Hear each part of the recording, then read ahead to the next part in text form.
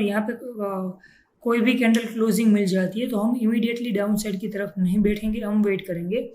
और यहाँ पे कोई बुलिश कंफर्मेशन मिलने पे, अब कंफर्मेशन डिपेंड रहता है गाइस आपके नॉलेज पे, जो हम अभी लर्न करते हैं वॉल स्ट्रीट पाठशाला में। हमारा जो कंफर्मेशन रहता है उसका रूल्स एंड रेगुलेशन और आपका रूल्स रेगुलेशन थोड़ा सा मे बी पॉसिबल डिफरेंस हो सकता है, लेकिन एज पर अवर रूल्स अगर हमें यहाँ पे कंफर्मेशन कोई बुलिश मिलता है तभी हम अपसाइड के लिए सोच सकते हैं। और हमारा जो नेक्स्ट रेजिस्टेंस रहेगा वो ये रेजिस्टेंस, अभी कुछ भी हो जाए मार्केट में, अगर आने वाले टाइम में अगर कल यहाँ से मार्केट डाउन मूवमेंट दे देता है तब कोई दिक्कत नहीं है, लेकिन जैसे ही हमें यहाँ पे 20,100 पे स्ट्रॉन्ग रिजेक्शन एक मिला हुआ था, वैसा ही 100% स्ट्रॉन्ग रिजेक्शन हमें 20,200 और 250 से मिलेगा ही मिलेगा। ओनली फॉर नॉट कोई भी psychology. So hello guys, welcome to Wall Street Pathshala. Friend, हमने आपको जो कल वीडियो प्रोवाइड किया था टेक्निकल एनालिसिस निफ्टी और बैंक निफ्टी में 14 सितंबर के लिए, कि मार्केट में हमारा ओवरव्यू क्या है और मार्केट ओपनिंग पे या किस तरह से हमें मोमेंटम मिल सकता है।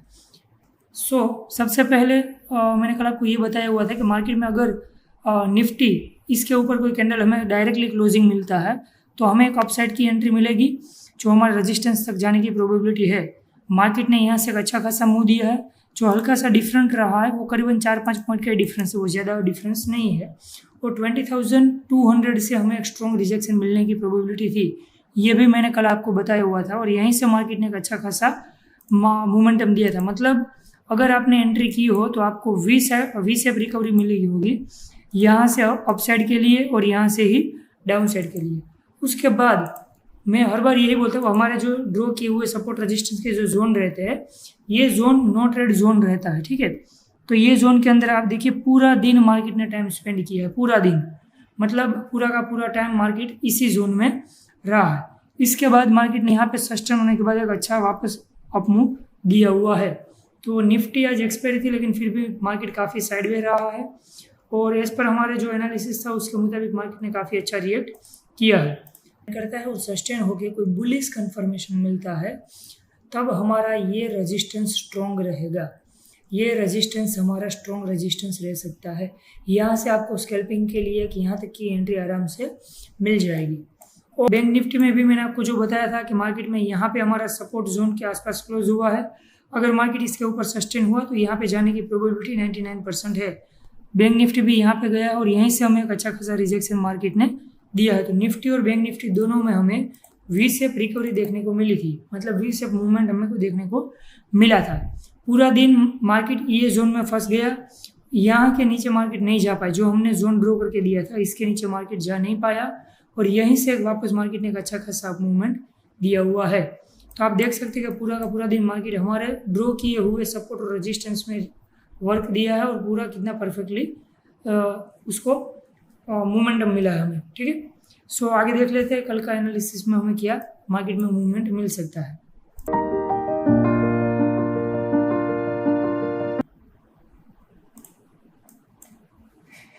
फ्रेंड, 15 सितंबर के लिए हम देख लेते हैं निफ्टी और बैंक निफ्टी में हमें कैसे ट्रेड करना है और कहाँ पे हमें मार्केट में सपोर्ट रेजिस्टेंस मिल सकते हैं और ओवरव्यू जो है मार्केट का वो क्या है।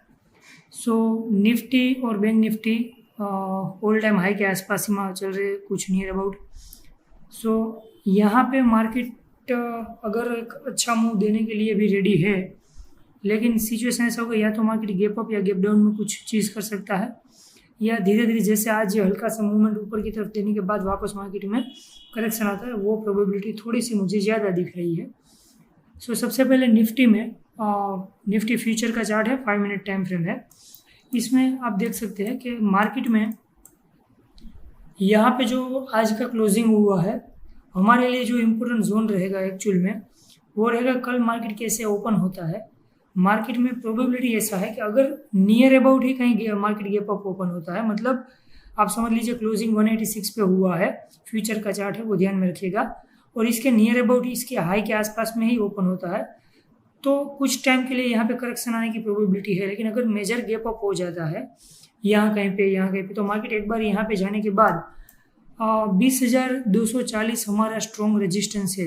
20,240 से लेके 20,300, मतलब ये 50 पॉइंट का जो जोन है वो हमारा स्ट्रॉन्ग रेजिस्टेंस है। अगर मार्केट को यहाँ पे आ जाने दीजिए, यहाँ कहीं पे है, तो यहाँ से हमें एक अच्छी खासी रिवर्सल एंट्री मिल सकती है।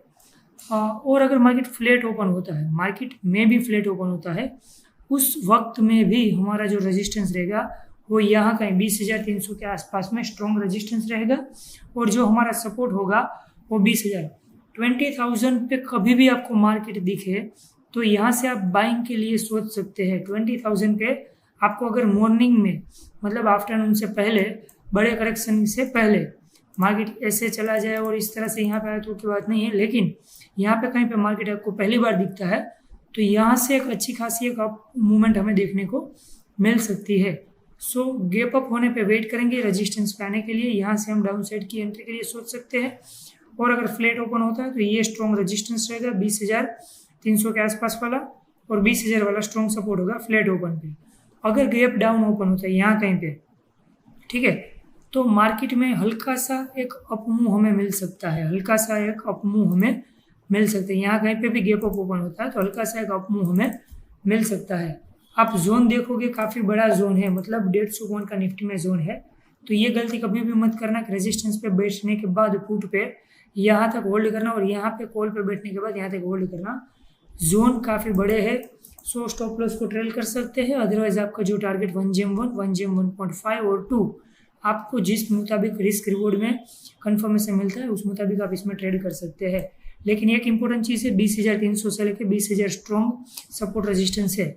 तो कहीं ना कहीं अगर मार्केट में कल बाइंग नहीं हुआ तो मार्केट इसके बीच में फंसने की प्रोबेबिलिटी है। ठीक है, ओके। सो बैंक निफ्टी में देख लेते हैं। बैंक निफ्टी जो है वो हमारा आज साइडवेज जैसा ही था मोमेंटम।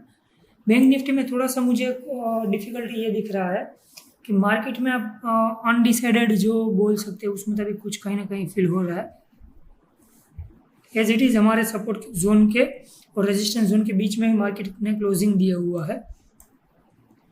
पॉसिबिलिटी ऐसा है कि अगर मार्केट गैप अप ओपन होता है, यहाँ कहीं पे गैप अप ओपन होता है, तो जब तक मार्केट 46,200 के ऊपर सस्टेन नहीं हो जाता तब तक हम अपसाइड के लिए नहीं सोच सकते। यहाँ से हम हल्की सी डाउन की स्कैल्पिंग के लिए इमीडिएटली सोच सकते हैं। लेकिन अगर एक बार मार्केट 46,200 के ऊपर क्लोजिंग मिल जाता है, उसके बाद मार्केट में हमें 46,370 से लेकर 46,450 तक जाने की प्रोबेबिलिटी कहीं ना कहीं दिख रही है। सो ये हमारा स्ट्रॉन्ग रेजिस्टेंस हो सकता है और इसके ऊपर सस्टेन ना हो तब तक मार्केट में ट्रेड अपसाइड के लिए हमें नहीं सोचना है। यहाँ कहीं से हमें स्कैल्पिंग की एंट्री मिल सकती है। और गैप डाउन ओपन होने पे मार्केट ये अगर हल्का सा कहीं गैप डाउन ओपन होता है तो मार्केट इसमें फंसने की प्रोबेबिलिटी थोड़ी ज़्यादा है। उसके बाद अगर प्रॉपर सेलिंग पे हमें डाउन साइड की एंट्री मिल सकती है। ठीक है, फ्लैट ओपन होने पे यहाँ कहीं पे हमारा 46,300 से बिलो, मतलब 300 से लेकर 370 के आसपास में स्ट्रॉन्ग रेजिस्टेंस और 45,800 ये जोन हमारे लिए इम्पोर्टेंट है। यहाँ पे आप देखोगे 45,800 से लेके 45,500 ये जोन हमारे लिए इम्पोर्टेंट है। अगर मार्केट जब तक ये जोन को ब्रेक नहीं करता है तब तक प्रोबेबिलिटी ऐसा रहेगा मार्केट और एक हाई लगा सकता है। लेकिन अगर मार्केट ने एक बार ये जोन ब्रेक कर दिया तो उसके बाद हमें अप मूवमेंट के लिए आगे सोचना नहीं होगा। ठीक है, तो यहाँ पे हमारा एक स्ट्रॉन्ग सपोर्ट कहीं ना कहीं दिख रहा है और यहाँ पे रेजिस्टेंस दिख रहा है।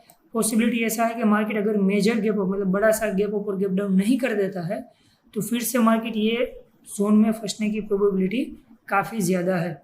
सो निफ्टी और बैंक निफ्टी में आप देख लीजिएगा किस तरह से आपका कंफर्मेशन के बाद ट्रेड मिलता है और ये सपोर्ट रेजिस्टेंस है। ठीक है, सो नेक्स्ट वीडियो में मिलते हैं guys. Good bye, take care.